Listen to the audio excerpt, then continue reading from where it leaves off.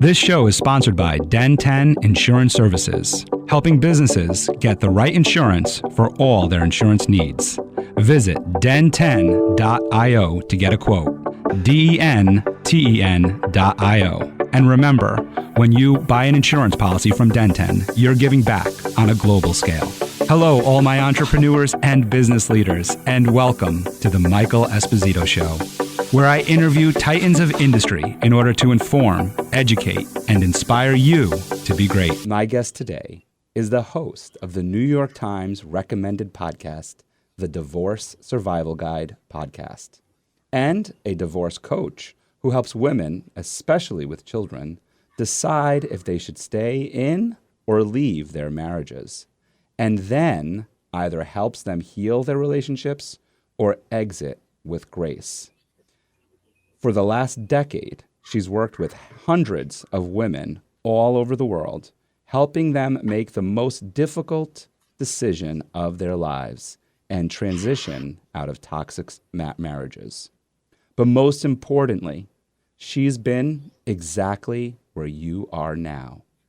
Please welcome actress, author, coach, speaker, consultant, amazing person, Kate Anthony. Welcome to the show, Kate. Oh my gosh. Thank you so much for having me, Michael. I'm thrilled to be talking to you again. Me too. Yes. So for everybody listening right now, you can always go back to our LinkedIn profiles and check out her little snippet about the book, The D Word, which is so cool, the D Word. But the one thing I'm going to put out there, because we're not going to talk much about this because it's kind of like a little passé thing, but also really cool about you, which is, you were on Grey's Anatomy for 5 years. So I'm going to put that out there. And here's what I want to say to you. I just texted my sister because my sister was a big Grey's Anatomy fan. I said, I pulled up your IMDb page. I took a picture of it. I sent it to her. Do you know who that is? I said, she's going to be on my show. So I was pumped in that sense. Just because it's cool. Oh, that's so fun. I think also because, go ahead. No, I was going to say, so my acting career really began with 5 years on Sesame Street. And then it ended. I sort of bowed out after 5 years on Grey's Anatomy. So for people who watched Sesame Street in the 70s, because I'm older than you are, my friend, but people who watched Sesame Street in the 70s, you grew up with me too. That's awesome because also that's fun. Yeah. And also people like me then, because I grew up in the 80s watching Sesame Street and the reruns were going on then too. So that's true. I definitely saw you then. That's so awesome. I think you also probably did. Why it's like something special for me is because of my theater and acting background and my aspirations to be an actor. So it's always cool to meet somebody that's in that space. It's kind of like my little touch to that. But more for people who are watching, this is that was me. Wow. So for our audio listeners, she's showing a picture of her and what's his name? That's Grover. Grover. God, yes. What's his name? That's me and Grover when I was like 3. And there's great, actually, there are some YouTube clips out there in the world too. Well, you aged beautifully. Well, speaking of aging with beauty, let's take a step back into time of when some people might have thought differently. So I say that because in your blurb about toxic marriages, and this is really what you talk about in the D Word, is your experience, and this is how you help other women through their experience. So we're going to be speaking about that, your book, your courses, all the different support networks that you offer all of these wonderful women. But let's go further back into what's your story? How'd you get started? Where'd you come from? Where did I come from? I was born a long time ago.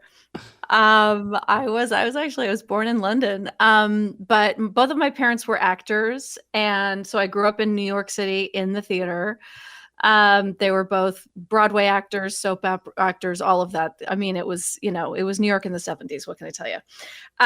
And because of that, because of being raised in it, I was my parents did not want me to be an actor, by the way. My parents got divorced they were separated when I was 11 months old. So I actually came home from nursery school and I asked my Mom, I said, Mommy, Damon's parents live together. Why would they do that? And she was like, oh shit. So I became sort of the world's youngest divorce coach, because as my friends, it tends to happen when kids are like second, third grade, first, second, third grade, sort of like the time when it starts to happen more and more in in kids' lives.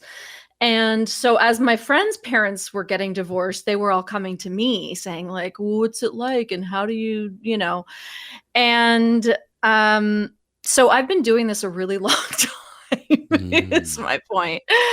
And I've been doing it so long that actually a friend of mine wrote a book recently. She's a wonderful author.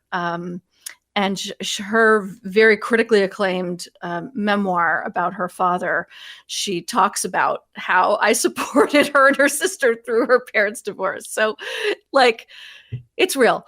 And so, I grew up. I got married, and I was an actor. Things were great. Everything looked amazing on the outside. I was on a hit TV show. My husband and I looked like the perfect family, are with this little, 2-year-old adorable child, and, nice house, nice cars, all of the thing. And, but I was dying. I was dying inside. I was so miserable. My marriage was catastrophic. I now know that it was emotionally abusive. I now know that he was cheating on me the whole time. This was, 15 years, 16, 17 years ago, when I didn't have language for it. I didn't understand. We didn't have Instagram. We didn't have podcasts. We didn't have the level of information that we have now. And so I really had no idea what was happening. And so the gaslighting, the like, well, if you were just, and if you just, and if you, lost weight, or if you got a boob job, or if you didn't, if you changed the sound of your voice, I mean, whatever it was, where I was bending myself into pretzels, thinking that would be the thing that would make everything okay. And I learned much later, and then I would say, I'll come back to what I learned later. I would ask my friends who had been divorced, right? And I didn't know a lot of them, but I would say, how do you know? Like, how do you know when you've actually tried everything there is? Because I was convinced that there was one more thing just around the corner. That like there was one more personal development program, there was one more, therapy session, there was one more thing I could say. I just hadn't said the right thing to get him to understand how much he was hurting me, right? This went on and on and on. You always think that there's just like one more thing around the corner. And if I call it now, I'll have missed the one thing. Right? So you keep waiting. And I was asking people, like, how do I know when it's time to call it? When there's nothing else around the corner. And the best information I got was, when you know, you'll know. And the point was that I didn't know. Very well-meaning, loving friends. Oh, when you, and by the way, it was true. When I knew, I knew. And I eventually, as I got further out of the marriage, and I got more and more clarity about what had actually been happening to me in the marriage.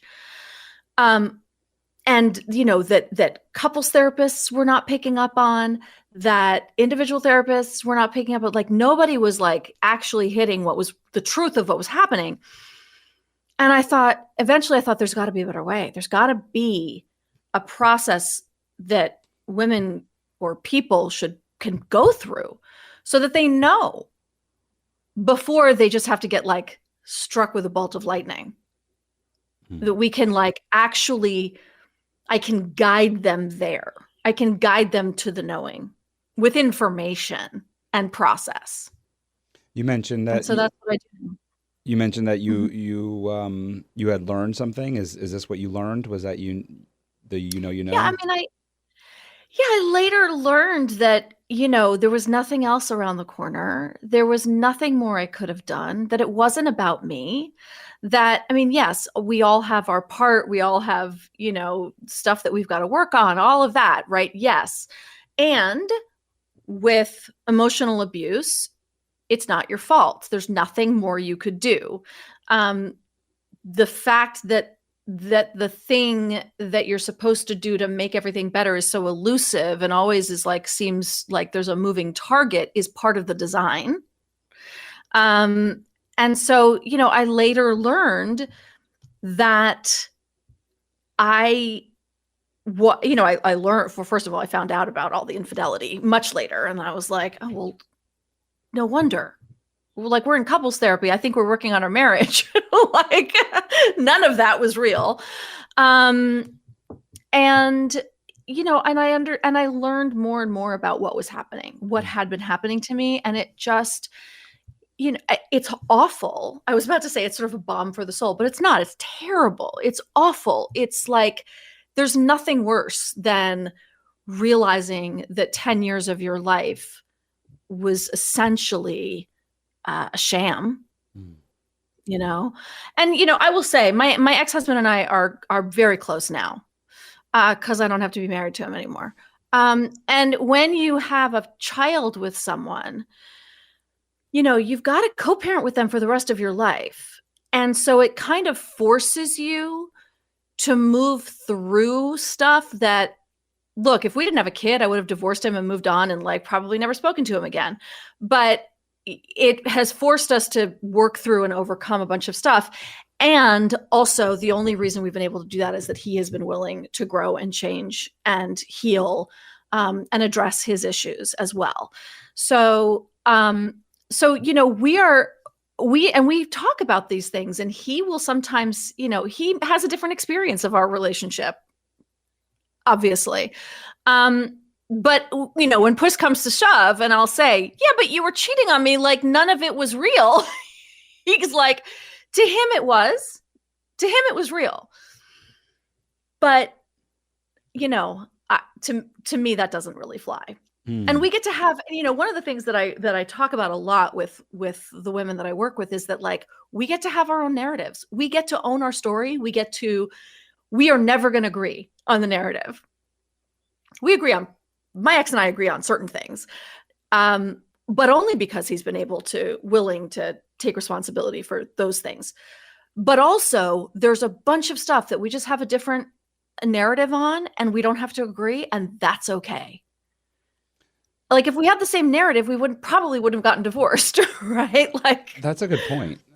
I'm curious in mhm, terms of of the narrative. I have a couple questions in terms mhm, of the co-parenting. I think that that's going to be really helpful to everybody listening in terms of anybody dealing with a divorce or considering it and having children involved, and how to be able to co-parent, especially when you have different narratives. So I kind of want to stay into different narratives for just a moment here. sure. I'm very fortunate in the sense that my parents have had a long-lasting, loving marriage. They just celebrated 50 years last year, and so it's still going strong, and it's wonderful. And I'm very fortunate in that sense. And Yeah. other family members, aunts, uncles, same thing in my family. I don't know where their love lies, although I know that they're all very happy because I see them. My siblings, myself, also in happy, loving relationships. So I'm very, very fortunate in that, and I say that intentionally because I've been blessed with being able to witness that part and take part in that. And then I see the other Right. side of like my wife's family. It's kind of, I'm curious on this, and like my wife's family, my sister's husband's family, my brother's Mhm. fiance's family all come from divorce backgrounds. I'm almost curious on like how we attract them and Yeah. how they attract us, which is some curiosity in that. Um, but I'm going to leave all of that aside because I don't want to speak to that because I don't have much there. But I wanted to just preface what I'm going to ask next with that being said. So my Sure. relationship with narratives and what you're speaking to is my relationship with my father. And Mhm. that being of one where my narrative of my childhood is He was very aggressive with me. I would never say abusive, but I would certainly say aggressive, like the way he spoke to me, the way he was physical with me, and really just not ever acknowledging a lot of it. Right? We're amazing. We have an amazing relationship today, but that's because of what you just said that I've done in that, where I go, okay, you have your version. Like when I used to bring it up to him and we would get into our big arguments about it, I'd say, well, you did this, and that, and you never, and he's like, no, I didn't. That's not what I did. And his story is completely different of like, I would never say that to you. I would never put my hands on you.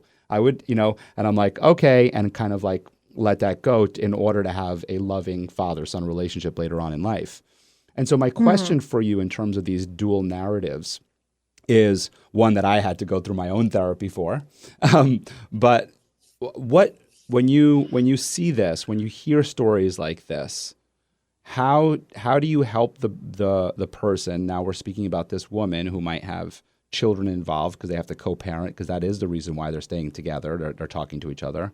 How do you help them through that? Because that's taken me a lot of time and energy of self-development work in order to move past it. And to a point where sometimes my wife doesn't even understand, and she holds resentments for me. And I'm like, you don't need to, I'm good. Yeah. I mean, it's really interesting. So I think that, I think there's a couple of things. What you're describing with your dad is not necessarily different narratives, right? Because it's like, there is an objective truth, like that if he put his hands on you, then that is that happened. Just because he doesn't remember it or whatever doesn't mean like the invalidation of the experience for you. And you've been able to come find peace with that, which is, that's your process, right? But I think there's a difference between different narratives and then like denying someone's reality. And so, like I said, my ex-husband and I are able to, look what I do. I talk about this stuff for a living. I work with women on this stuff for a living. Like it's kind of a big part of my life. And he kind of has to live with that, and like kind of big ups to him for not being absolutely horrible about that. Like he's supportive, he's and, every once in a while he'll be like, I saw in your story that you said something about blah, blah, blah. And I don't think that's fair. And like, I just hope that you say positive things about me sometimes too. And I'm like, first of all, that wasn't about you. And secondly, like, what are you doing in my stories? And third, yeah, these are the positive things I say about you. If you read the acknowledgments in my book, I have a huge paragraph dedicated to him. And he's like, I'm not going to be able to have a relationship with someone who says, I never cheated on you, when it was like objectively clear that he did. Okay. Right. I can't do that. So it's not denying the truth.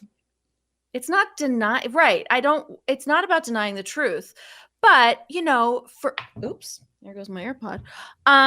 For him, the reality is that, he was going through stuff, or maybe he felt like I wasn't, loving enough to him, or it was. And again, look, that's his truth. That's what he believes. That's what he feels. Okay. My truth, my reality is he's a bottomless pit of need and I could never fulfill it, but like, okay, we're going to disagree on that, and that's just the way it's going to be. I'm going to pick up. Yeah. Go get your ear pod. I mean, while people are on conversations like this, we got to be able to hear each other. I know. They're new and they don't quite, I don't know. They're weird. We'll have the whole ear pod conversation later, because sometimes those things are really annoying on how they pop out, like on a bike ride, and they just go flying out of my ear. And I'm like, okay, well, there goes $80. Like, right. Oh my God. Okay. Anyway. So there's a difference between, I think, just being able to say, and look, this is where co-parenting, I believe, when you get divorced, it should start with parallel parenting.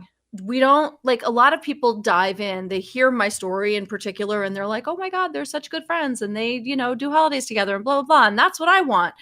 And like, yeah, but it took 15 years for us to get here. And by the way, we still have flare-ups and craziness every once in a while. But we work through it. But the point is that I wouldn't start there. And I did. I started there, and it was a big mistake because it didn't allow me to individuate. It didn't allow me to sort of come to terms with my narrative and what my sort of, what is my narrative of my journey and how I got here and what happened in my marriage.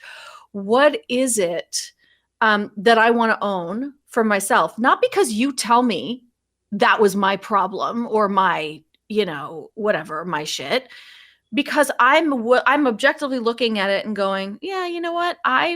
This is the shit that I brought. Okay. I can own that. Right.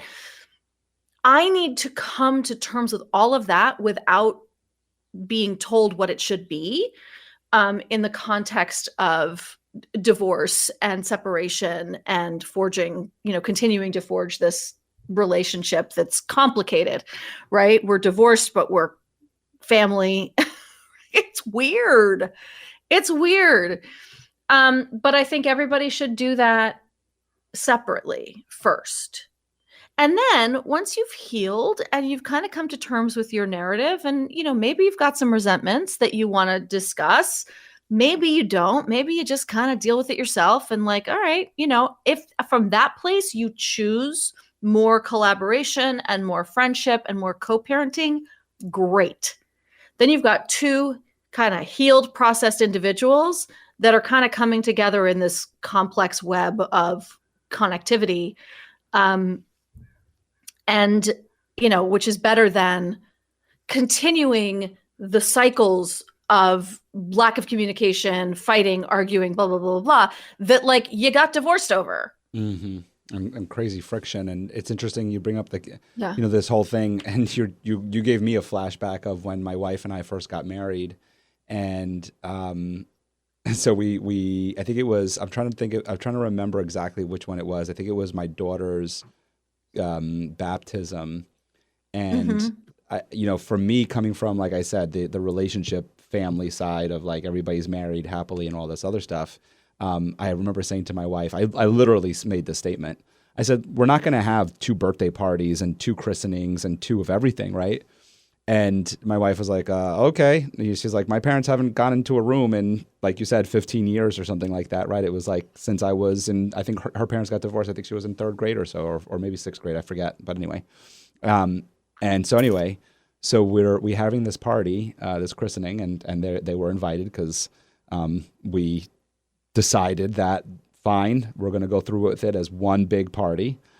And I remember finding my wife in the pantry, at midway through the party. I was like, where is Devin? Where is she? Where is she? I couldn't find her.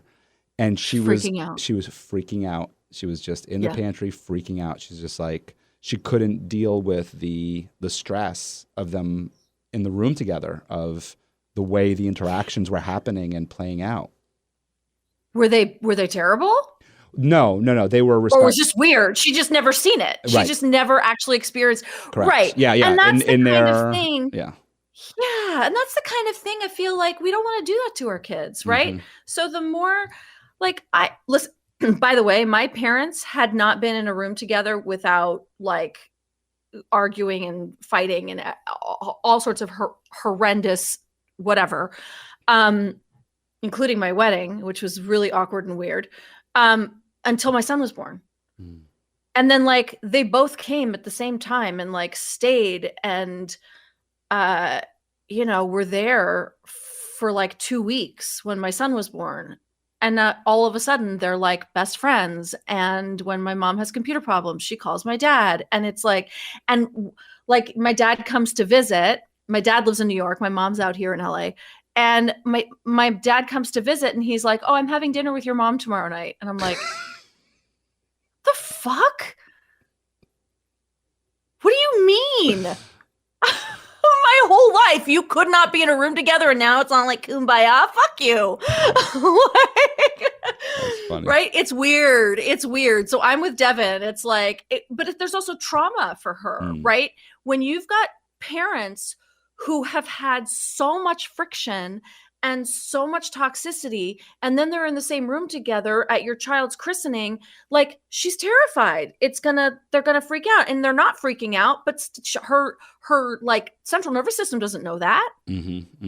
Yeah, it's interesting. So I bring that scenario up too because this is what you work on with people, and so I'm curious on your thoughts on working with and you specifically work with women, and that's why I'm going to keep asking from the women's perspective here because you specifically work with women and women with children. And so how do you work with let's say maybe let's say that we had you in our part of our conversation and consulting while we were putting this christening. How would you approach the, Devin and her mother about, hey, look, you guys haven't been in a room for 15 years. What kind of processes would you start putting in place in order to help them be able to come together, or maybe not, or maybe like part of my reasoning to bring this up was how you had said, hey, you don't have to just jump into the fire. It might be the parallel parenting first. So I'm curious in terms of your process and that. Well, I mean, I think that in the scenario that you're talking about, I mean, I think that, Devin, maybe she didn't know how strongly she was going to react, right? And she had this visceral reaction, and so she probably didn't know, and that's a trauma response that she was having, and so then it's like, oh, maybe there's something I need to go to therapy to deal with, very often our responses to things are the catalyst to, oh shit, there's another layer of the onion I got to go deal with now. But I would say that, if your parents, I'm going to back it up actually, because I think that this is why, people talk about how like divorce screws up kids, right? And it doesn't. Toxicity screws up kids. When you've got, and whether that's in marriage or in divorce, right? So either, it doesn't matter whether you're together or not. If it's toxic, if there's fighting all the time, if kids naturally feel they're in the middle, right? You made them. You've got two people and they made this person, and now you're this person, and like you're supposed to love both of them equally. You're supposed to feel, comfortable and safe with these your parents, but they're constantly screaming at each other and they hate each other, and they let you know that. Then you, as a being that considers themselves half of each of them, right? Then mom hates dad, so mom might hate half of you. Dad hates mom. Dad might actually hate half of you. It puts children in a very tenuous, as their brains are developing, as their, psychology is developing, it puts them in a very, very tenuous place. And so the most important thing we can do is to not put them in that position, right? I mean, I see it all the time with people who are divorcing. We do the financial separation, we do the, the legal separation, we do the physical separation, we forget to do the emotional separation. Why are you still fighting? Why are you continuing to like get your hooks into each other all the time? You got divorced. Like, time to get the hooks out. And it's hard, right? It's hard. But if you can divorce in a way that actually creates some separation, then you're not putting your kids in the middle. You're not asking your kids to choose between the two of you. And I, hazard to guess that's probably part of what your, wife was feeling. It's like you're when you've got your parents in the same room for the first time and they've been nothing but, acrimonious, you're kind of like, who do I choose? Who do I talk to? If I go talk to him first, am I going to get in trouble with her? If I go to talk to her first, right? Which is why, by the way, when you go to your kids' soccer games as divorced parents, if you can't safely sit together, right, and just be there for your kid, then you should probably alternate who goes to the games, because the last thing you want for your child is to like get to the end of their baseball game and then have them look out to the stand and wonder, oh God, which one do I run to first? Like, what a horrible position to put children in, Mm-hmm. right? So, I, I don't know if I answered your question at Yeah, all, no, but I think, yeah, it really was a tee up to getting you to talk about that, which I think is really, really important to hear in terms of all of this.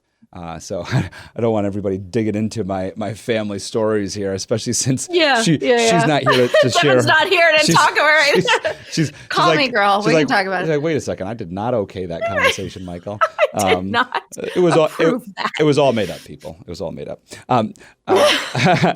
Something else that you mentioned that I think is also really important is, and I'm sure you go through this in your book, and again, like your support groups that you have, is having a process set up.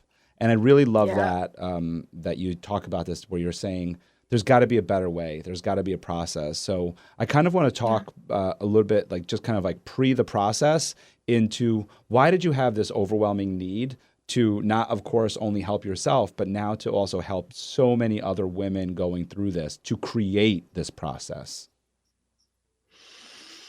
Well, look, it was a process. Um, as you know, as an entrepreneur, building a business, as you go through the entire process of building a business, you go through different stages and different processes, and you're trying this and you're trying that, and you're having various conversations. And, I started out focusing mostly on divorce and helping people have like harmonious divorces and, whatever. And then I started realizing that like really only one person wanted that. Usually, that there were different needs in the space, and that people kept coming to me going, but how do you know whether to stay or go? How do you know when it's time to leave? And I'd be like, when you know, you'll know. No, that's not fair. Wait, hold on a minute. Tell me about your relationship. And I would start to hear all these patterns, and it's really easy from the outside, right? You can't read the label from inside the jar. So it's really easy for me on the outside of the jar to be like, why the fuck would you want to be in that? What? Like, people tell your stories and you're like, wait a minute, are you kidding? Right? But then I start to see like, okay, what is the psychology that has somebody not be able to read that label? And not be able to see their relationship objectively. And then also looking back on my experience, because my experience was, look, my marriage was so bad that I literally, like, my best friend, who ended up being my maid of honor, sat me down before my wedding begging me not to get married. There were like, everybody knew that we were not subtle. This was an overtly toxic, awful marriage. We were not the people that, like, we did not hide it.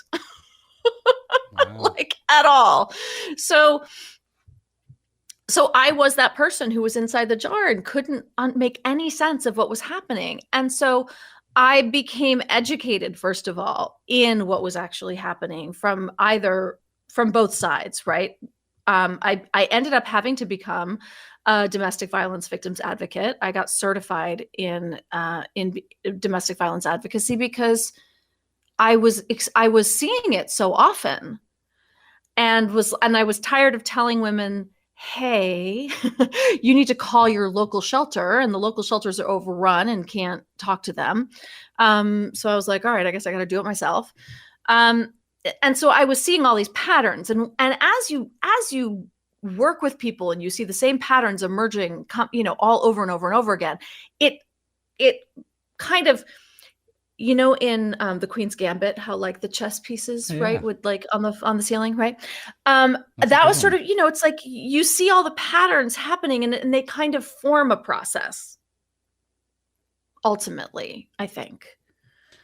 Or you take a bunch of sticky notes all over your wall and you move them around, and you go like, these are the problems that we need to solve, right? We need to solve, why are women feeling that they don't have any power in their relationships? Why are women feeling so disempowered?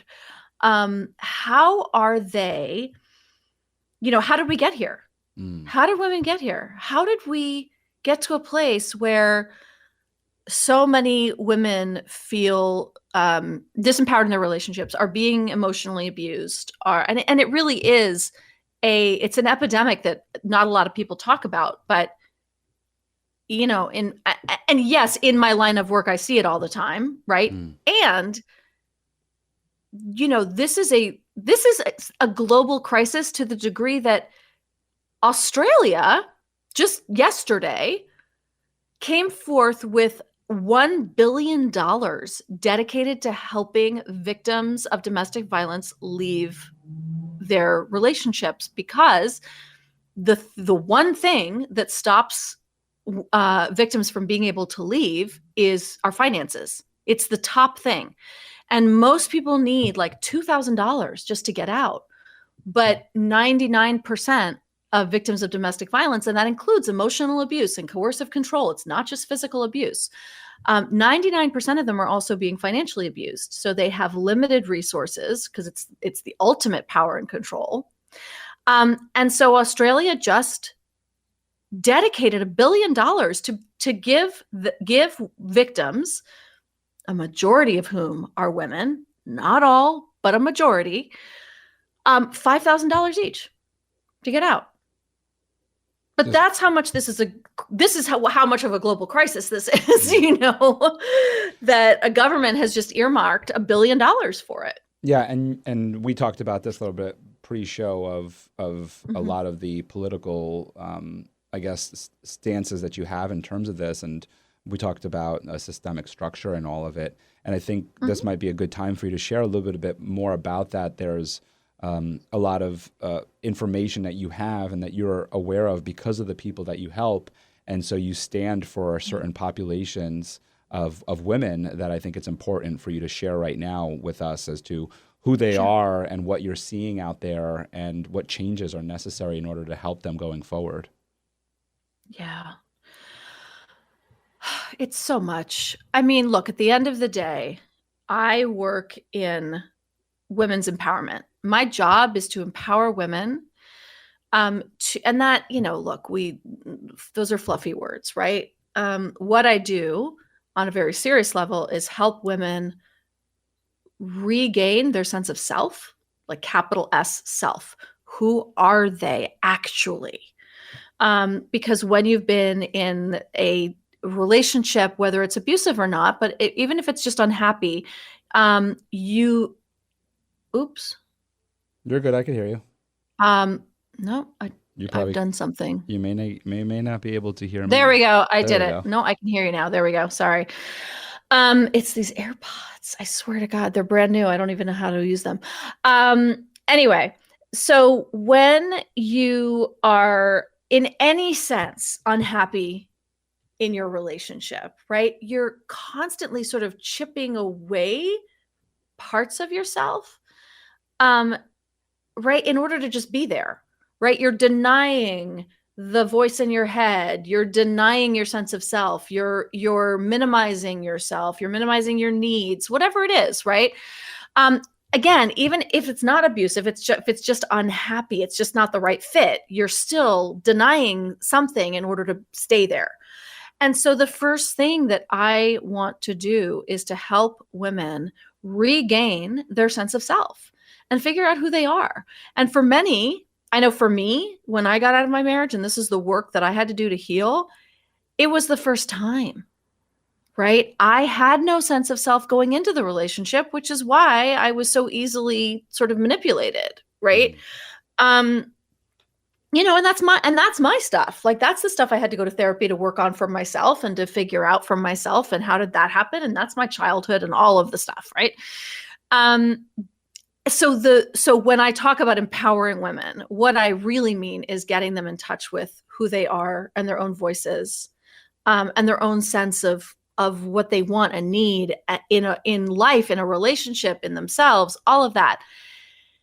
All of that, though, is working against the entire patriarchal structure, the whole system that is set up to have women deny what they need, what they want, right? We've got a $60 billion diet industrial complex, which is dedicated to teaching women to deny, and men, right, to deny their hunger cues, right? You're not hungry. You just need water. Right? Like you don't need to, eat whatever it is, right? Don't eat those things. They're terrible for you, or they're gonna, or like the worst thing a woman can be is fat. The worst thing a woman can be is fat, right? And the worst thing a man can be, and this is part of this is why, like, when I talk about patriarchy, by the way, it sucks for everybody, right? Except for like maybe the few white dudes in power, the billionaires. But even then, like, I don't know, are they happy? I don't know. I feel like, the patriarchy sucks for men too. The worst thing a man can be is, well, you express your emotions and you're a pussy, you're a girl, you're gay, right? The worst thing a man could be is like a woman or gay, according to this structure, right? So we're all suffocating in it. We're all drowning in it. So for women, I can't address these things. I can't address what look, we have our internal stuff that screws us over with our sense of self, but there's a lot of external stuff too. And I can't ignore it. We can't ignore that the patriarchy, which is rooted in white supremacy, so every one of these things is far worse for, for women of color, far worse from, the gender pay gap, which is, white women to white men is one differential, but then, Black women and then Latina women earn far less to the dollar. So anyway, I could go on and on and on about these things, but I think in order to really get to the heart of some of these issues, we have to address the systems that they're rooted in. Otherwise, we're just putting Band-Aids on. How do you address the systems that they're rooted in? Well, I mean, I name them, first of all, right? It's like, look, if I could just wave a magic wand and change them, that would be amazing. But I name them, right? It's, we are, women in particular, like, we're exhausted in our marriages. Marriage does not. So they did a study. I don't know who they are, but they did a study. And they discovered that of heterosexual people in heterosexual relationships, right? And they determined that the happiest population group were married men, then single women, then single men, and the least happy population group are married women. But these married women are married to the happiest population group, which is the married men. They're happy. They're the happiest. We're the least happy. There's a problem. there's a problem with the structure. And a lot of that is the amount of, emotional labor we do in relationships, because we live in a system, in a society that tells us that, men don't go to therapy. You go to therapy, you have to talk about your feelings. If you talk about your feelings, you're gay or weak or a woman, whatever it is, right? This is, and I'm being hyperbolic about it. And that's the message, right? When you cried when you were little, you were told to man up, right? Because men don't cry, boys don't cry. And so you're not allowed to have those feelings, and then you squash them down, and then you're like full of all of this anxiety, and then you're, dying at younger ages because of stress-related diseases and higher rates of suicide because we're not taking care of you, right? It's so bad for men, right? But the emotional labor that we do in our marriages is as your therapist, right? We're the only ones that you talk to about your issues and stuff. And then we're emotionally caretaking you, and we're not taking care of ourselves, and and our kids. And now we're exhausted, right? And we've got nothing left for ourselves. But again, if we don't address the fact that that's because, like, why is it that men are not seeking therapy? Why is it that 75% of therapy and personal development is consumed by women? It's not because it's not for men. It's because we're not inviting them culturally as a society. Do you think that by I guess, repairing or working on this system in the ways that you can, and being able to work together, which is interesting that Yeah. we jumped from co-parenting to this, but Yeah. co-parent the system together. Yeah. Do you think that Let's. by working through that you would see a change in these marriages that are unhappy? Yes. I mean, yes, and I also think it's generational. Like, look, I think that for the men who are the happiest population, these married men who are like the happiest population group, these are mostly, I think, at this point, like Gen X, like my generation, right? Well, These marriages work for them. I'm curious on whether they're truly happy in the marriage or not. It's interesting. I'm Uh-huh. reading a book right now, Carol Dweck. It's an older book. Her book is called Mindset. Great book. Uh-huh. And in it speaks about mindset of leaders and all the rest. But she also gets into relationships Ah, because of the mindset of a relationship, and very very yeah. similar to some of the things that you just brought up here in terms of the way that the man's mind work and the way the woman's mind work, in the context of this conversation, that is. And Yeah, sure. speaking to these air quote happy men, and I'm making an assumption here, so you just correct me if I'm wrong in terms of this assumption. Is it the old school 1950s traditional happy men of the wife, cooks, cleans, puts the food on the table, and all the rest, right? Is that fair? And they get to go to the bar and have their beers, the men and watch their sports and Often, all that, yeah. right? Yeah. And Yeah, sometimes. what she found in their studies, which they brought up in the book, and I was like, I had a feeling it was going to go there because I'm familiar with this kind of relationship.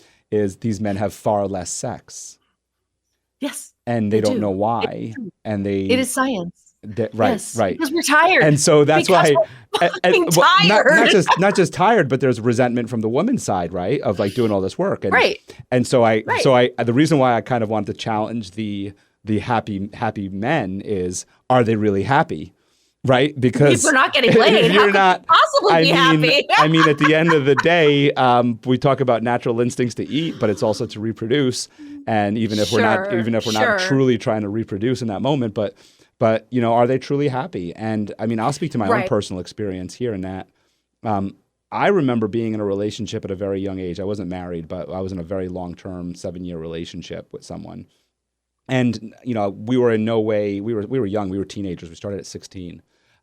We were in Mhm. no way in that 1950s traditional relationship, but it wasn't a relationship that I know her needs weren't being met. I know that I wasn't the best boyfriend in the world. And I remember, we were together for 7 years, and I remember by year 2 or 3, it was hard for me, and we're talking teenagers, it was hard for me to be able to find a way to get her to want to have sex with me. And this is like, I'm really putting it out there for Find a everybody. way. Right, Mhm. right, exactly. Like romantic dinner, do all these different things. But for some reason, she was not into me in that way any longer. I Uh, mean, we find out many years later she's gone a different direction in genders, but for who she likes. oh, But I don't know if that was the case. But I also just feel like part of it was me in that, probably. outside of my gender. But I also, yeah, oh, okay, so you're questioning Yeah. that. I'm gonna say that if she turns out that she was gay, that like that was maybe not on you. Like Well, maybe that was it's not 'cause you were confirmed, not. so I don't want to say that.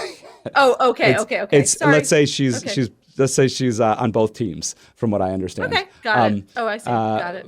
But what I'm saying is that because I wasn't the best boyfriend, right? So I might have been really happy in the relationship, but because I wasn't the best boyfriend, that wasn't happening. Whereas now in my Yeah. relationship where, I'll never say it's 50-50 because we have two kids, and I thought it was 50-50, but after the second one, I was like, no, Devin takes on way more responsibility than I do. But because of that, Congratulations. Thank you for seeing that. And- Thank you for seeing that, right? That's kind of what we want. and I think to that, For what- and I think to that point, because of that, and because there is no that's Devin's job and that's Michael's job in our house. There's just this needs to get done, and we both try to find a way to do it. And if the dishwasher needs to be empty, I mean, more times than not, she's emptying it before me. But I don't look at it being ready to be emptied and say, "Oh no, that's Devin's job," And I think that because of that, we do have a better sexual relationship, we'll call it, because of that. Because we don't have to find Yeah. time. We don't have to make it a thing. She's into me and I'm into her. And I think it's because we have this mutual respect. So all this to say, to go back to the happily married men that you're speaking to, I would question if they truly are happy because, some of their quote unquote needs are being met in terms of like food on the table, but are they? Well, I mean, I think if they're not getting laid, how could they possibly be happy? I mean, isn't that why we do anything as men? I don't know. See, now you're just letting the cat out of the bag. But I mean, look, here's the thing, right? I play. They're not. I mean, they're not, right? Because as we know, men have higher rates of suicide. They die of like stress-related diseases at younger ages, all of the things that I said, right? So no, they're not actually. Not happier, but right? They report. Yeah, I think that, right. But I mean, I think they report to be because I don't know that they know what is happiness, right? Then there's that question, which I have a chapter in my book in, like, what is happiness? Like, what does that even mean? And I think another note to make in terms of this conversation is that we're also on the topic of talking about toxic relationships. And we're also on the topic of a toxic relationship more than a happy relationship. Like, I think it's important that we differentiate the fact of, again, using myself as the example, which I've been using in this because I don't feel it's fair to use anybody else, is I am in truly a happy relationship. I know that if you were to poll Devin, she would say the same because we have that open communication. Talk about it.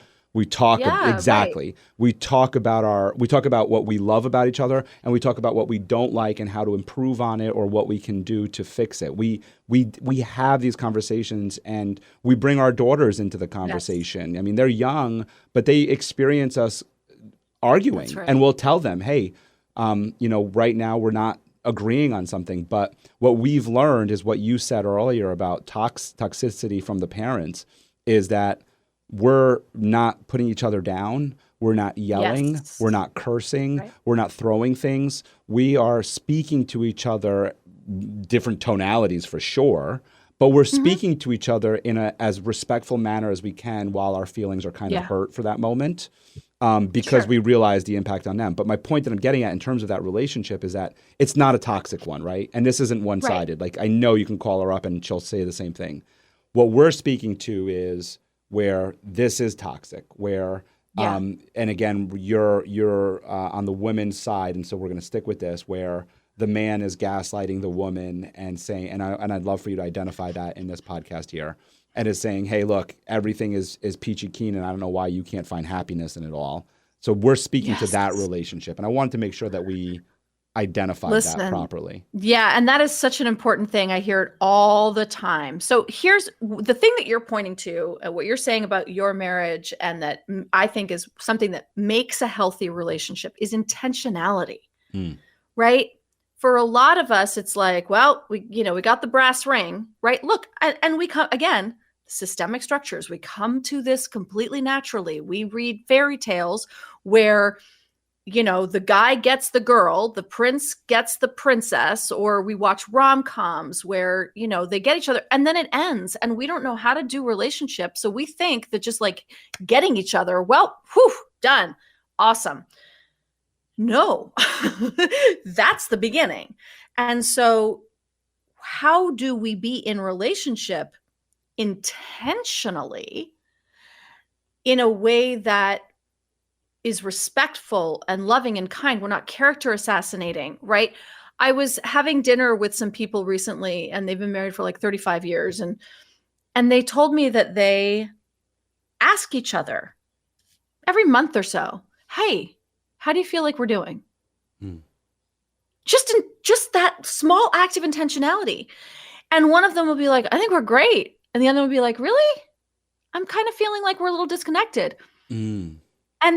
And the person, like, the way that you respond to that is really key, because in a healthy and intentional relationship, you go, oh no, tell me more. Yeah. Tell me more. How can we fix that? I always say, like, if a relationship isn't working for one person, it's not working. And so if your partner comes to you and says, I feel like we kind of have an issue, or like something's not working for me. Yeah. Your response is, oh no, what do we need to do? Yeah. Right. I want to It's jump on. not, sounds like it.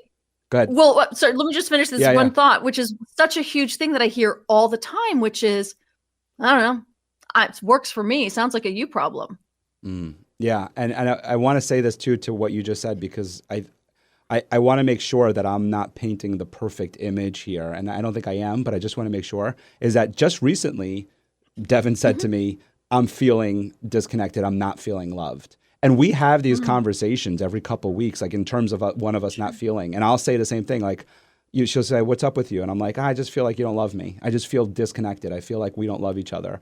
And so my point that I'm making here is that as much communication as we have, sometimes we do feel that way, and we talk through it, and we're like, what? And we ask, and that's why I kind of jumped in, is we'll ask each other, what can I do? And sometimes Devin will say, I just need a hug, or same with me, or I'm just like, I don't know. And then what happens too in terms of that communication on the good end is that what we end up identifying is that we actually hadn't spent any time with each other during the week. Was we didn't have dinner together 2 nights out of the week, or I was at some networking events and I didn't get to see her, or these things where we just didn't communicate and we were disconnected. So I wanted to intentionally say that because I'm talking about how great my marriage is, but I also want people to know that there's so much hard work that goes into it. But that's why it's great. That's what makes it great. Right? It's not that it's kumbaya and like perfect and we're connected all the time. It's that when we're not connected, we're intentional about figuring out what's going on and solving the problem and hearing each other. Like that's what makes a great marriage. It's not the like, perfect, we're fucking like rabbits and like, we're in a, Disneyland 24/7. Like that doesn't exist. Right. It doesn't exist. But we have been sold a bill of goods that it does, and that's what we should be looking for. And I want to go back there for you because I think part of this show today is going to be edited. No. This is definitely going to have the explicit content tab on the right corner. I think this is an interesting one for me because I mean we talk so much about business on my show. We talk so much about entrepreneurship and building a business. And, I think it's really important to speak about that with what you've done in building your business. But I think at the same time in building a business and entrepreneurship and all this other stuff, we're real people. And what happens behind the scenes and in our relationships at home affect what happens to us in front of the public in terms of our entrepreneurship and our businesses. And so what you're doing, the work that you're doing to help these women heal, and I believe the conversation that we're having right now as maybe overly transparent as I'm being, and maybe for yourself, but you've been down this road 100 times already, is that I think it's really important that we kind of like remove the curtain on this one and kind of talk about some of these things. So I want to bring it back to these to kind of get back a little bit on track in terms of what you do and the work that you do and your business. I want to kind of bring it back to, it's going to be weird, but I want to bring it back to the toxic relationships. And one of the things that I think is so important because it's a common word, it's a word that's used commonly in our society today. You identified it in our LinkedIn Live, and I'd love for you to just kind of identify it here, is the whole idea, the notion of gaslighting, what that is, how to identify it, and then how to move through your process into perhaps maybe getting to your book or getting into the hotlines or getting into your groups in order to help these women. Yeah. So it's a great question. So gaslighting is not lying. Gaslighting is lying with the intention of having someone doubt their reality. So gaslighting was it was coined by the play and then the subsequent film called Gaslight, in which a man is married to a woman who has a lot of money and he wants her money. He's basically married her for the money. And the only way that he can get it is for her to, I don't know, go crazy or like kill herself. I can't remember the right. Like, but it was essentially for her to go crazy and get her money. So what he does is he starts flicking the gas lamps, and she says, because this was in the 1930s, by the way, and so she says, like, whoa, did you see that? That's so weird. What's happening with the lights? And he looks at her and he's like, I don't know what you're talking about. They didn't flicker. There's something wrong with you, right? And in the beginning, it's like, okay, right?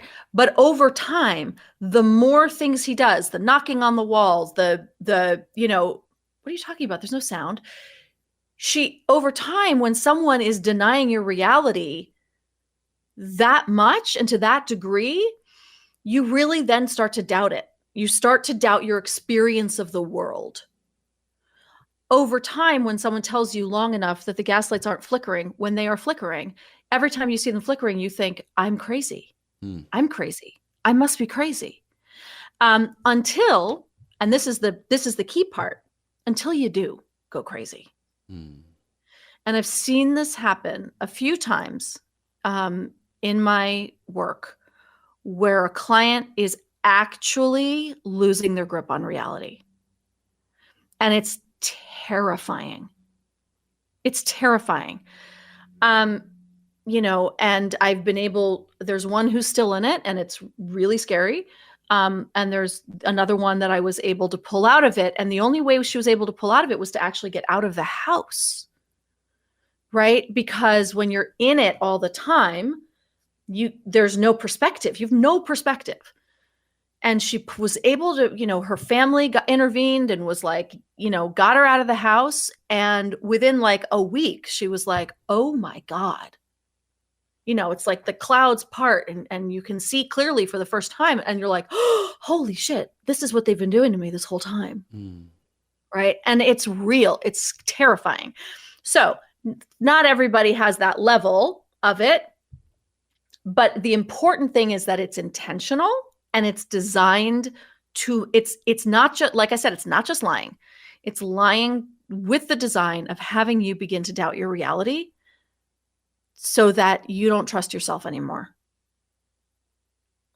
And it also, by the way, happens in the workspace, which, you have people that work 100%. in corporate environments and they work in a toxic corporate environment. And absolutely. And their thought, what you said that made me think of it is when you said when they leave and they notice and the clouds part, because when you're in it, you're just like, well, this is just the way it is. This is, this is called, micromanagement. This is what micromanagement is, or this is what my manager expects of me. And when you leave, you go, that wasn't micromanagement. That was abusive.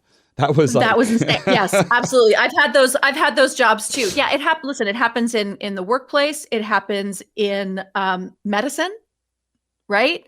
I mean, this is where these systemic structures, why I believe we have to address the systemic nature of these things, right? Because you've got in medicine, Black women's pain levels are believed less than pretty much anyone else.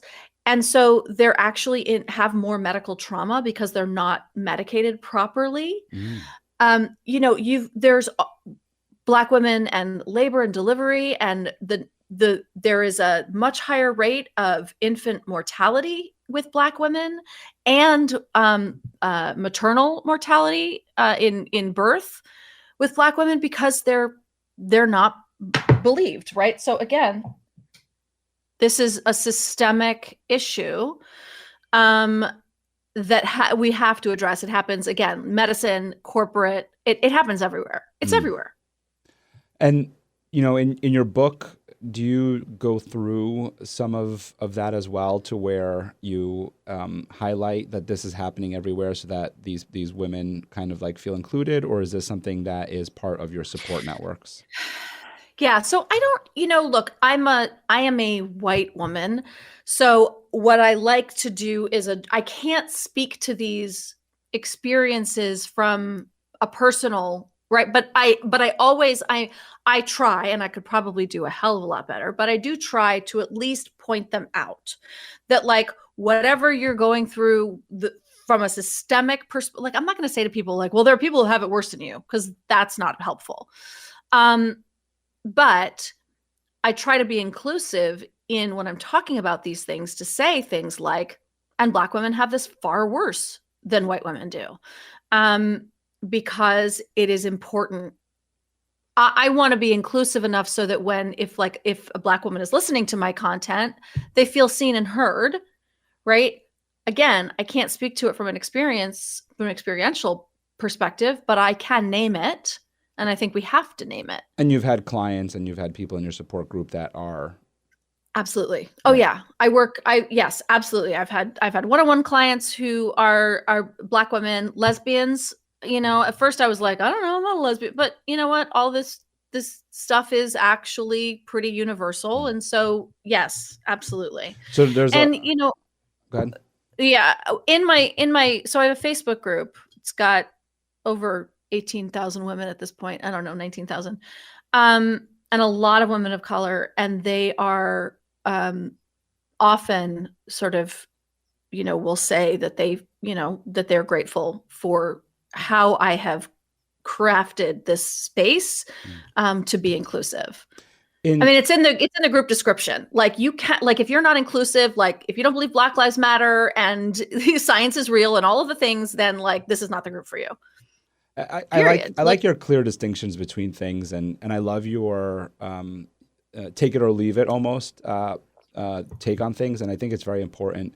You and I talked about prior to hitting record in terms of what's my role as a podcast host, what's my role for this show of what I try to carry out, and I try to carry out an objective mission. I try to be very objective and allow people to bring their points of views without any judgment from my end. It's really, for me, the whole purpose of my show is for the listener. It's for whoever's listening, whoever's still listening to us right now after an hour in.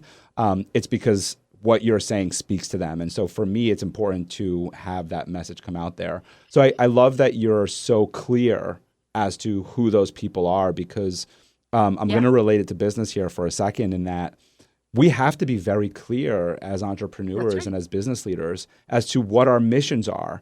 And we can't please everyone. We can't placate to everyone. We can't. We just can't. And as a speaker myself, as a professional speaker, it's like if you're trying to speak to everyone, you're speaking to no one. And if you're that's it. So I really appreciate that you are very clear on that messaging. I also think that what it does, and why I kind of asked the previous question, was what it does is it creates a comfortable space, a safe space for the people who are aligned with your mission, to where, it goes back to your whole parenting thing of like, there's no, will she accept this person in the group or will she accept that person? It's like, no, that person is clear as day the type of person she's going to accept. That person's clear as day the type of person she's not going to. And therefore, I'm comfortable being here. I don't have to worry about which parent to go to after I hit the home run, kind of thing. So, So I really, really appreciate that about the work that you're doing and how you go about it. Listen, I think it's really important. Thank you for saying that, because I do think it is really important. Look, there are plenty of divorce coaches out there who may not address the systemic issues, who may not talk about politics, who may not, and that's like fine. Like, absolutely, go find your people. But this is what I'm passionate about, and I'm going to talk about it. And I'm going to, I will talk about the fact that, I can't talk about women's empowerment without addressing the fact that women's rights are being stripped politically across the country. Like, for me, that doesn't make sense. It doesn't make sense. And that's fine. I'm not for everyone. And that's fine. I don't want to be for everyone. I don't want to be vanilla. I don't want to bleed outside all of the lines so that I'm not, if I'm not speaking my truth, then what am I doing here? I want to go to the political thing with you. And I mean it more in the sense of what you're seeing happening and then what can be done to change it. Oh boy. Okay. Oh, was that the question? Oh yeah. So I don't have any specifics in it because I don't know what's happening in terms of when you say. Here's what I want to say. I don't want to say I don't know, because that's not entirely true. I guess my optics of it are from what I am what I am receiving in terms of information, right? That's the best Mhm. way I can Mhm. maybe portray this is Yeah. that, I see um, Hillary Clinton as, running for president of the US. So I'm like, okay, great, that's happening. I see a woman as a vice. She's not. Oh no, She's not. she ran for it. I meant to say, um, Yeah, she and did. I see a vice president as a woman. I see Uh-huh. we have a couple other women in Senate. I have local senators who are women who I know, and Mhm. I see women in the political space. I think Mhm. more now than I did growing up as a child of the 80s, 90s, right? So I Yeah. guess based off of my lens, I'm going, when you say something like that, I'm going, oh, I'm more curious than I am anything. So I'm like, so what do Mhm. you mean by that? What's happening that I'm not seeing or that's not being spoken about? And that's where my question lies for you is, what are you seeing? What are you Oh. hearing that maybe isn't being spoken about that we're missing out on? Well, I mean, I think it's being spoken about a lot I'm talking about women's bodily autonomy. I'm talking about abortion rights. I'm talking about the fact Ah, that, our rights literally I went to the political space. You're talking about, to like gotcha. Sorry. well, that is political. That is political because these are the laws. These are laws that are being made. And so, yeah, it is political. And sure, Hillary Clinton ran for president. She didn't get in because people didn't like her. I mean, and so, she was shrill. I don't know, she just wasn't likable. And that there's a different bar for women in Mm. politics than there is for men. Um, and so like she wasn't likable, but they voted for Trump. Like I don't know what to say about that. Like I got nothing. But um and so like there is a different bar. There's a it's like I'm sorry, the country is how old, and we have had zero female presidents. We have had one black president, and the backlash against him was so enormous that like we're still dealing with that. um but at the end of the day, women's rights, my thing is like our rights are being stripped. Our rights are being stripped. We're being, forced to, first of all, being, being forced to carry babies that we may not want, that often were put into us by rapists, by family members, and even if they weren't, by the way, we still get to choose. We should still get to choose. It's our body.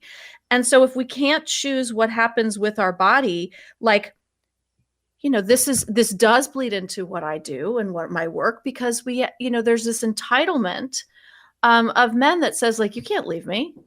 You're not allowed to, you're not allowed to make that choice. And we're not allowed to choose. We're not allowed to choose what we do with our bodies. We're not allowed to choose what we do with our relationships. And I'm not saying all the time, but it is getting worse right now for us. Women's rights they overturned Roe v. Wade. We do not. By the way, the Equal Rights Amendment was brought up in 1923. It has not been ratified. Women actually do not have a constitutional right to equality. We do not have a constitutional right to equality, which means that when something happens to us, we can't sue whoever it is for violating our constitutional rights to equality because we don't have it. Like the ERA has yet to be passed. This is a like systemically, holy crap. This is what you're speaking like to. I don't know how much, like, I don't know what else to say. Right. This is what we don't when have a you're constitutional right. Yeah. when you're This is talking what I'm talking systemic, about. this is what you're talking about. And so my follow-up question to that is, and what is being done to change it? And it doesn't have to be you personally doing it outside of course, the work that you're doing already is part of the change. I'm curious as to, are there things, movements, things happening Oh yeah. to work on changing Yes. this? Absolutely. There's the ERA coalition. There's a coalition dedicated to like helping this, get the ERA ratified. Still not happening because they're grassroots. How is that a grassroots movement? It's half the population. How is this grassroots? I don't know. I'll never understand it. I think, yes, we've got tons of stuff happening. We've got people running for office that are trying to make massive changes. We've got this upcoming election is going to be a really, really, really, really big deal for women and people of color. We've got someone running for president who is saying that they're actually going to, literally has said it in a Time magazine cover story this week, that he intends to round up immigrants, put them in camps, and deport them. We're talking millions of people. So are there things being done? Absolutely. And this is why when people are like, I don't like you being political in your work, I say like, okay, then go find somebody else. Like, I'm sorry, I can't not be. I'll tell you why they say that. Because I don't like what I have to say. No, it could be. Well, it could be that. I think it also is. I think it could be uncomfortable too, because it's uncomfortable to hear. And the reason why I jumped right in to say that is because I don't ever speak politics. I mean, I guess I don't know. I just don't. Right. Yeah. So I really don't ever speak politics. I don't think anybody knows which side I land on, and maybe they make their assumptions because I don't speak it, and maybe my silence says, oh, then he's on the other side, which probably isn't true. But I think it's because it makes me very uncomfortable. And I think the arguments, the arguments that the debates that happen, and I'll say this, I'll throw it back to parenting for a second here. I think it's because I saw how my father gets so enraged when he speaks about politics with someone, about his views, and somebody I who thought that was scary. Excuse me, and when they're opposed, enraged in the sense of like argumentative, right? Like, I mean, he's not. I want to preface all of, he's not in any way dangerous, right? So more of just like he gets so heated, right? And because we see this so often of like whenever somebody, and it's not just my father, it's other people that I know in my life, that whenever you bring up political, and you could be on whichever side you want to choose, if they're against it, they get so upset, right? And we see it between Fox News and CNN, right? We could just use those as the example instead of our parents. Yeah. My point is that I'm uncomfortable with that. Like I was on the speech and debate team. I have a podcast where I try to be as objective as possible, and I bring up speech and debate because as a debater, for me, my whole thing of winning and how I won in state championships is to be so objective that you could argue both sides. And to be able to see both sides, to always, whether you agree or disagree, doesn't matter. You always are able to see, and here's the thing I think that is even so important to be able to win a debate is not just see it, but empathize with it. You can feel it. Like I can argue two sides of an argument, and you would never know because I'm so passionate about both sides because I really feel both sides. I say all of this because I think that when we bring up politics, that's for me at least where I get uncomfortable because I can feel both sides. I can feel both sides of it. And so I get uncomfortable. So when you talk about saying, oh, they don't want to talk about it because they get it because, they don't want to talk about it. I think part of it is because they disagree. And I think there's the other side that is, it's just uncomfortable sometimes, but I think it's important. And that's why I wanted to stay here with you because I think everything you have to say, whether anybody agrees or disagrees, like I said, I don't think anybody's on here with us right now if they disagree with you. But they're still listening. They're like, I want to find that lady. Unless they're like me. But I think it's so important for everybody to hear about the things that you're talking about because it all goes back to the work that you do. And we talked about this right from the beginning, you and I, before we hit record, is that the systemic structure, which we know is in place, I've spoken about it with female founders of really big organizations and being the only woman in the boardroom, especially in the tech industry. I've had a woman on from the tech industry and she's just like, I'm the only woman there. And so we talk about how do we make change? And that's why I keep asking that. How do we change it? And you're right. It's so from the top down that it's so challenging, but it's so important to bring awareness to all of this. And I think I know you had mentioned it before about like women's power, and it's like, and it's beyond that.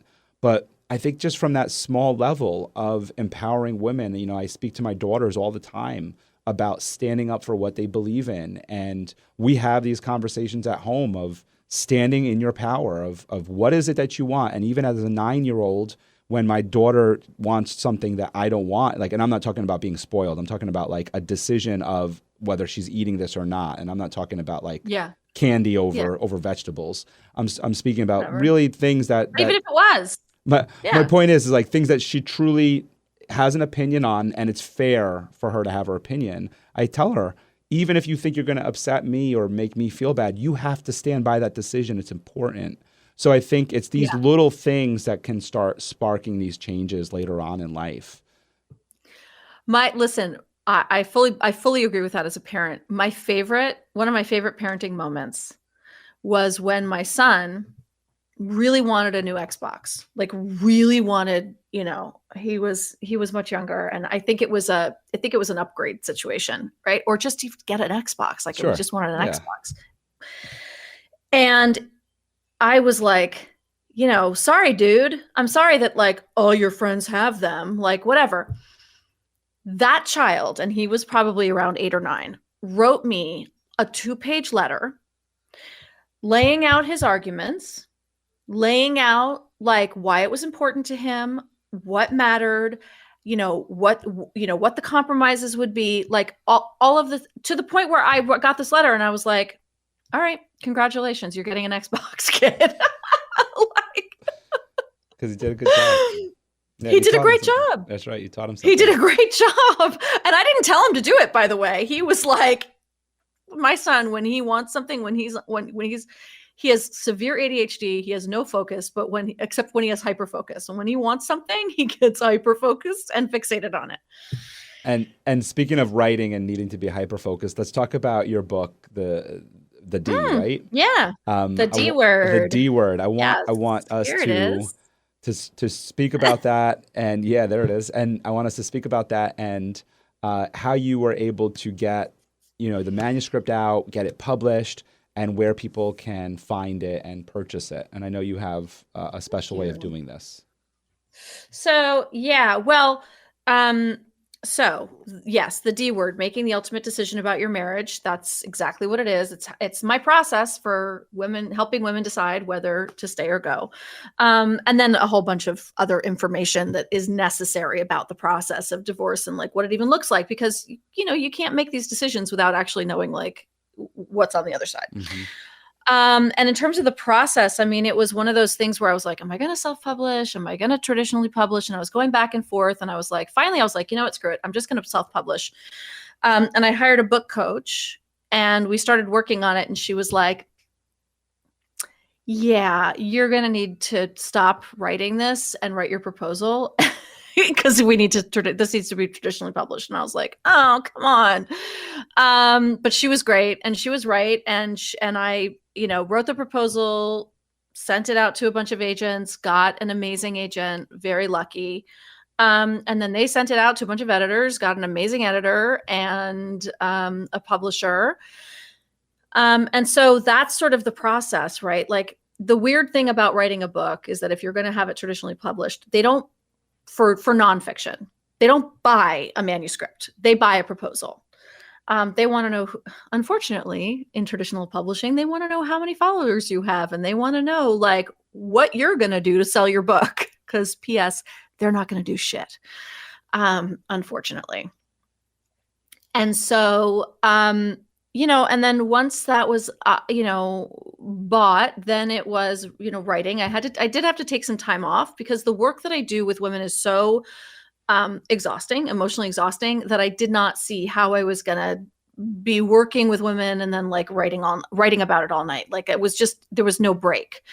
So, I took a couple months off of, client work and I focused entirely on, I did my podcast throughout it, but then I focused entirely on, the writing, and the process was fairly, simple. I would submit chapters to my editor. She would send them back with notes and we would just go back and forth. And, And it was a great process. And then she really got it. I mean, I will say that my editor really got the book, and she got my my values. We shared the values, and so like her notes were really smart about how to make it better.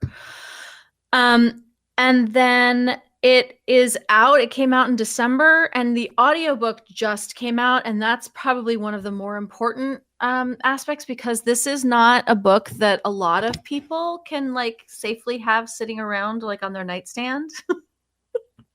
It says what it is right on the front, making the ultimate decision about your marriage. So like, even my friends have, bought it and had to like put a sticky note on it and being like, I know the author. I'm not buying this because I'm questioning it.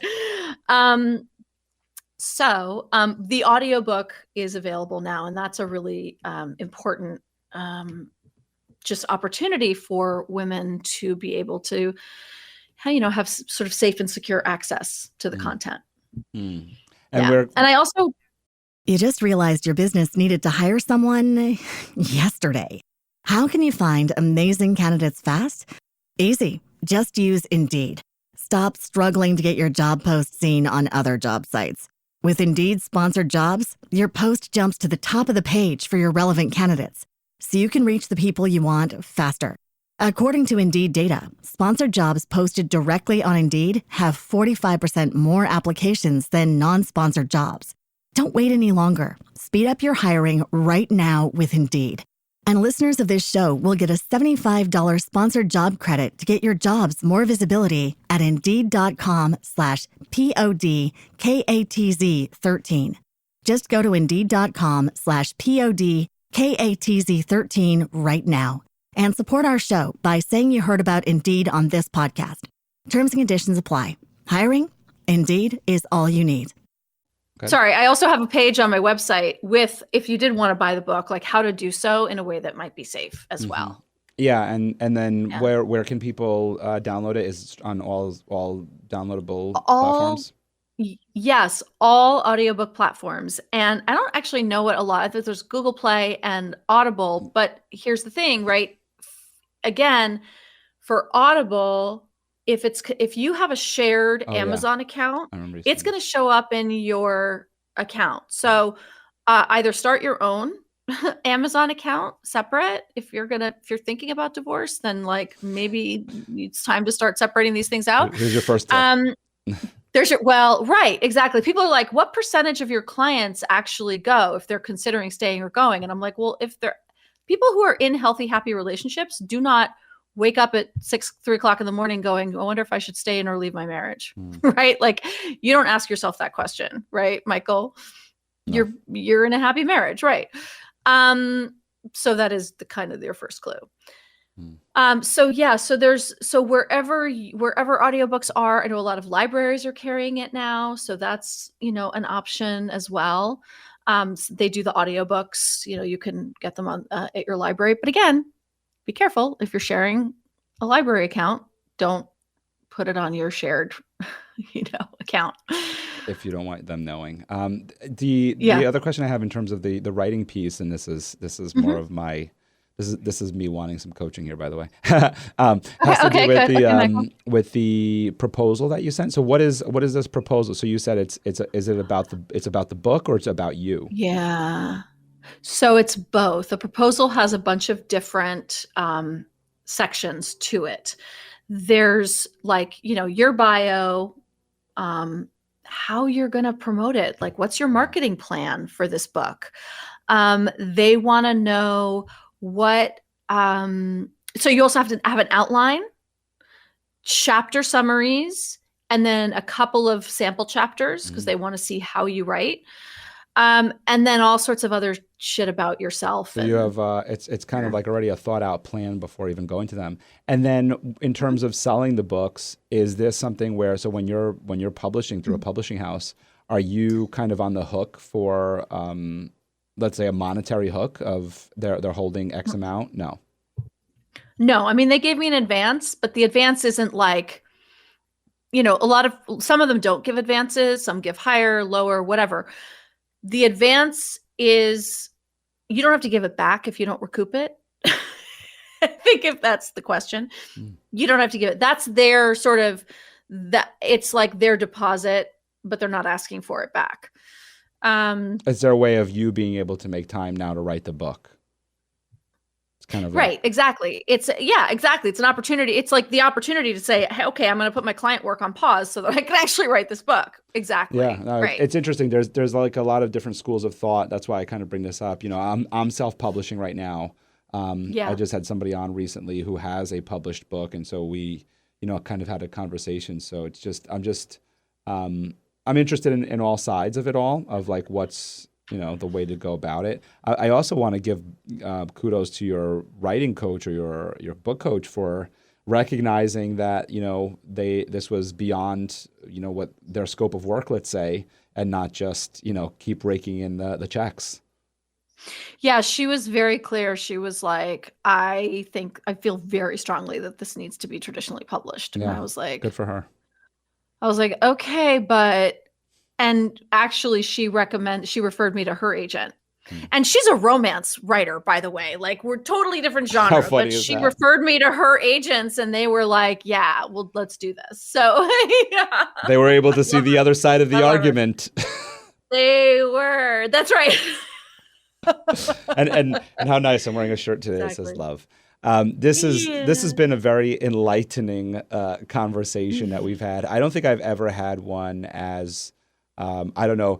I think like about 3 times throughout our conversation, I was just like, I don't know if I can air this one. I was like, oh no, really? Oh God. I'm worried about all the people. I'm gonna have to write some letters after this. I'll have to sign some waivers.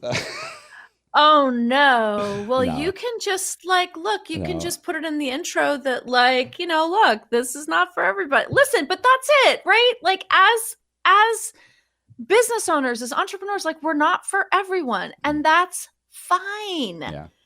Don't come for me. Don't come for Michael. Just yeah, pass. I think that's what's so important, and that's why I wanted to bring that up during our conversation. In that,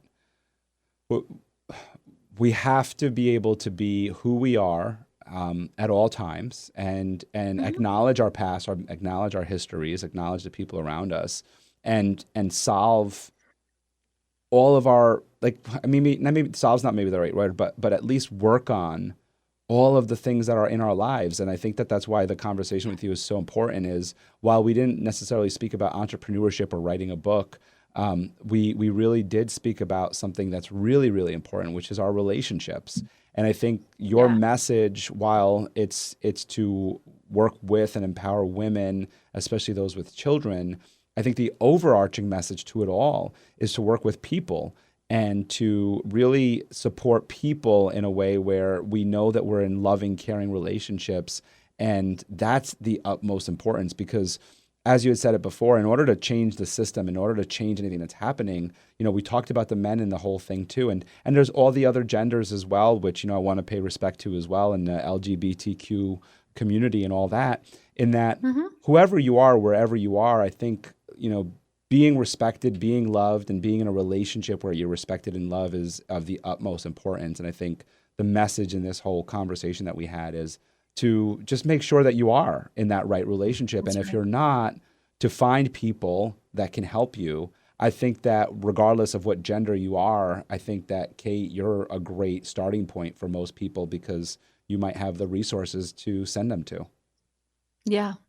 Well, thank you for saying that. And, I do believe that we should all be happy in our relationships. I mean, it's the most intimate relationship we have in our lives. Like we deserve to have them be happy and fulfilling, And I also want to say, for those that I'm not for, right? If anyone's listening who is like, this lady, look, my job is to empower women. My job is to help women find their voices. My job is to help them stand truly in their self, help them find themselves, capital S, self, and stand in that. And if I'm not doing that myself, I can't do my job. So which is why I'm sort of like unabashed and unashamed about talking about the things that actually matter to me. I stand very strong in my values. They may not be your values. That's okay. My job is not to prescribe values. My job is to help you find yours and stand strongly in them. And so that's what I'm modeling. And I do it organically because that's who I am, because that's what this is, right? This is about the organic experience of being who you are. Yeah. Yeah. And that you're right. And that's exactly the wonderful part about podcasting today, is that it's not a polished soapbox type of conversation of, all right, tell me exactly what you're here for and let's keep it clean and let's keep it between the lines. It really is. So I want to make sure, speaking of podcasts, that everybody knows how to find you. And you have a wonderfully curated podcast. I went to your site. I checked it out. You have a wonderfully curated podcast where you even get down to the nitty-gritty of tell me about you, and I'll make sure that you get the right podcast episode sent to you. So I love that. Yes. You have your book that's out. You have your Facebook group. You have so many different ways to support your community. And so I'd love if you can just share, of course, this will be in the show notes, but if you could share for our audio listeners how they might be able to get in touch with you. Thank you. Well, everything is on my website, kateanthony.com. Love it. And yeah, my podcast is the Divorce Survival Guide podcast, and that's everywhere, wherever you listen. And I do have the curated podcast playlist. Thank you for saying that. And just like answer a couple questions and I'll send you what's right for you. And just from like a business, perspective, it's really interesting because I really do have two specific client groups, those that are trying to decide whether to stay or go. And then those who have already made the decision, but then are like, oh God, what now? Right. And they don't necessarily translate one to the other because the decision-making process can be years long, right? So we've done a lot of work and research and metrics to track these things, and they're really not. They're people coming to me at two very distinct spots. And so for those who are coming to me at I know I need to go, now what? Or I'm in the process of going and, oh my God, I need support. I have an amazing group program called Phoenix Rising. And that just really, divorce can be such an isolating, lonely experience. And when women come together and as a collective to go through this process together, they just kind of come out so much bigger and stronger. So that's an amazing, and it's very low priced as well. So it's very reasonable and accessible. So I have that. And then I have my Should I Stay or Should I Go online program. My Facebook group, if you just search Should I Stay or Should I Go with Kate Anthony in Facebook, you'll find it. It's a very special place. Follow the rules and you'll have no problems. We're very specific about the rules because we don't allow venting or bashing or nasty comments. Like, we keep it real clean and real sweet in there. Because there's enough nastiness on the internet. I don't want anything to do with it. Yeah. So yeah, I've got stuff for everybody at all price points and at all stages. Awesome. This has been, like I said, just a great conversation with you. And, it's really great because you made me have to go inside and internally and really think about my relationships and really do my own little personal assessments as you were speaking and just checking in. And I know that after this conversation, I'll be calling up Devin and being like, hey, how do you feel about me? No, I'm just kidding. But I probably will, because I usually do call her right after my shows, because that's my way home is giving her a call. But anyway, sweet. I do want to say I really did have a great time speaking with you and really learning about the work that you do. And I really do mean that in the internal dialogue that I had to have, because it's not always, I'm not always emotionally challenged during my interviews or during my conversations with a guest. There's different challenges that come up, but this one was like an emotional challenge. And so I want to just thank you for that, because in a good way, an emotional challenge in a good way. No, thank you. That's great. I want to thank you for that, because it really speaks to your authentic self of how ingrained you are in your values and what you stand for and what you believe in. And I am so happy that you shared that today. Thank you so much, Michael. You're awesome. Thank you for having me. I really appreciate it. It's been a great conversation. Cool. It's been a great one. Thank you for listening to The Michael Esposito Show. For show notes, video clips, and more episodes, go to michaelespositoinc.com/podcast. Thank you again to our sponsor, Den 10 Insurance Services, helping businesses get the right insurance for all their insurance needs. Visit den10.io to get a quote. That's DENTEN.io. And remember, when you buy an insurance policy from Den 10, you're giving back on a global scale. This episode was produced by Uncle Mike at the iHeart Studios in Poughkeepsie. Special thanks to Lara Rodrian for the opportunity and my team at Michael Esposito Inc.